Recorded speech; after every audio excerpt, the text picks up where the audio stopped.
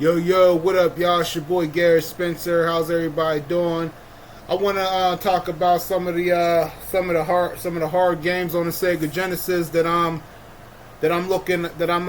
aiming and wanting to beat one day. So I'm gonna go ahead and get started. The first game I want to number one game is, of course, you guys see me playing it, The Adventures of Batman and Robin.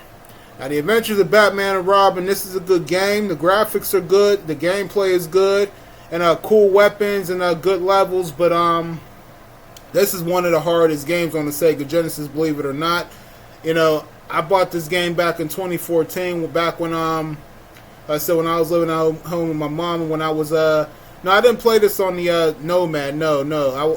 At the time, I had I was rolling with the Genesis Model 3 at the time, but I bought this back in 2014. Was still looking to beat this level and beat this game. And like I said, up until this day, I have not beaten this game, but I have gotten further than I have like in the past. And I was like probably like two levels away from getting to Mr. Freeze. But I want Mr. Freeze so bad, man. I want to get to him. I want to beat him and stop him from taking over the world and thinking he gonna freeze everything up. So that's my goal, to beat this game and get to Mr. Freeze and get him though. But I'm telling you, these levels they are cheating though. So yeah, that's one.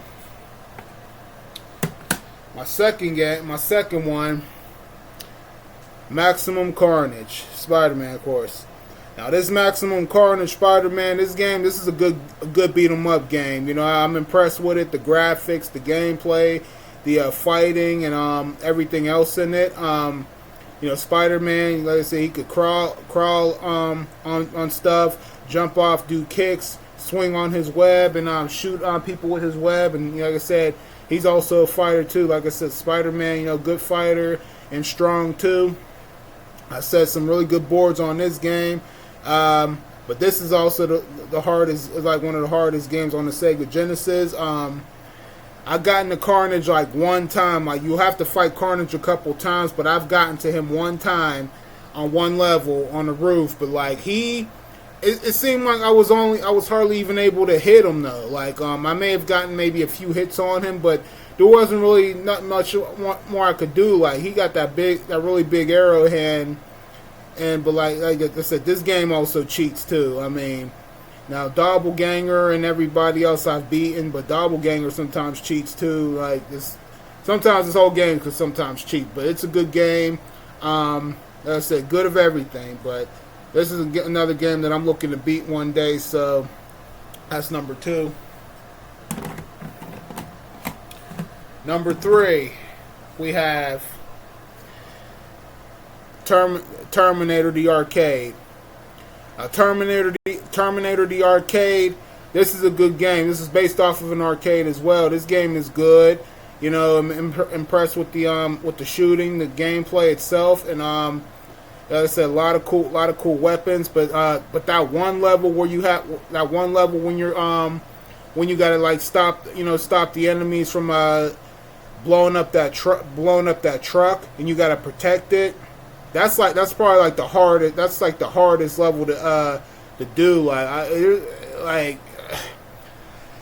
It's hard. Because you got one enemy in the back, you got one enemy in the front, you got that, and then you got that big airplane up there that's shooting at you. So it's like you gotta multitask on that level. But this is like probably one of the hardest games in my mind. Maybe it's not, but it's hard. At least that one level I got to where I did a stream on this game, and you guys seen me do a stream on this game like a while ago, and that one level I got on it was hard, man. I couldn't do it. Like it was so cheating though. But this is number three though. But this is a good game other than that though. But yeah, I want to beat this game too. My fourth game. Now my fourth game. Number 4 is Zombies Ate My Neighbors. Now, Zombies Ate My Neighbors, this is a good game. It's fun, too. like I said, good gameplay and graphics, and you could get a lot of weapons, and like if you start from level 1, like start from the very first level and work your way up and like go behind stuff and collect stuff and save stuff, you could save up a whole lot, especially with the big weapons too, like especially with the bazookas. Now the bazookas you definitely want to save because you're going to need them for like the hard, for the levels later on, because the levels get harder in this game, believe it or not. I've gotten to so the furthest I've gotten in this game ever was probably like the 20th or 21st level, and that was where. And this is where it gets tricky though, because on that 20th or 21st level I got into, you fight these monsters that crawl under the ground, and then they pop up from underneath that sand. But the trick is you gotta if you shoot them, you gotta back up at a certain angle, but then back up at a certain angle and be at a certain distance from them, and you have to keep on shooting and shooting them until you kill them, because one of them has that silver key in their mouth that opens up the bigger doors that you'll need the silver key to.